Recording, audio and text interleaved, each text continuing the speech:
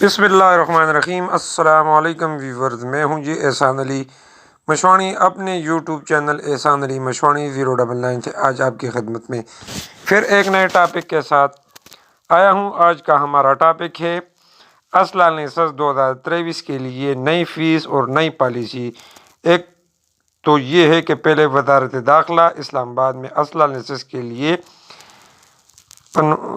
ضروری تھا کہ اگر بندہ پہلے غیر ممنوعہ لائسنس بنوانا چاہتا تھا تو وہ پاکستانی گورنمنٹ کو سالانہ 50,000 روپے ٹیکس ادا کرتا تھا یا اس سے زیادہ بھی ہوتا تھا۔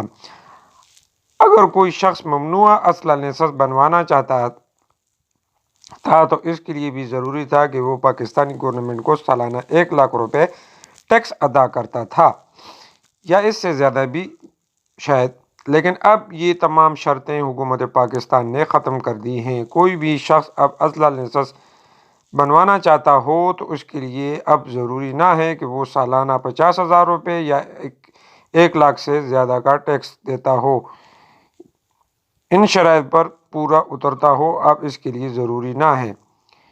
اس کے بعد دوسری بات یہ ہے کہ فیسوں کے متعلق جو وزارت داخلہ نے لا منسٹری کو سمری بھیجی تھی وہ منظور ہو کر واپس آ گئی ہے، جس پر اطلاق 1 جنوری سے سال 2023 سے شاید شروع ہو جائے گا۔ اب جو شخص سال 2023 میں اسلحہ لائسنس بنوائے گا وہ نئی فیسوں کے ساتھ اپنا اسلحہ لائسنس بنوائے گا۔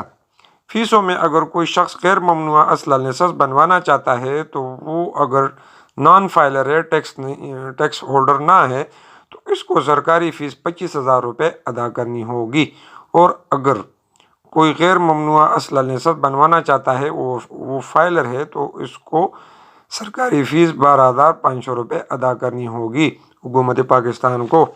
اس کے بعد ممنوعہ بور کا کوئی شخص اسلحہ لائسنس بنوانا چاہتا ہو تو وہ نان فائلر ہے تو اس کو سرکاری فیس 1 لاکھ روپے ادا کرنی ہوگی، اور اس کے بعد ممنوعہ بور کا اسلحہ لائسنس اگر بنوانا چاہتا ہو اور وہ شخص ٹیکس فائلر ہے تو وہ مبلغ 50,000 روپے سرکاری فیس اس کو ادا کرنی ہوگی۔ اب کوئی بھی شخص لائسنس بنوانا چاہتا ہے تو وہ ان نئی فیسوں سے اسلحہ لائسنس بنوائے گا۔ ان کا اطلاق شاید 1 جنوری 2023 سے شروع ہو جائے گا۔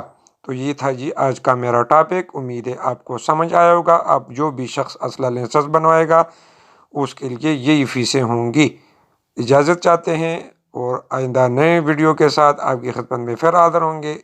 اللہ حافظ۔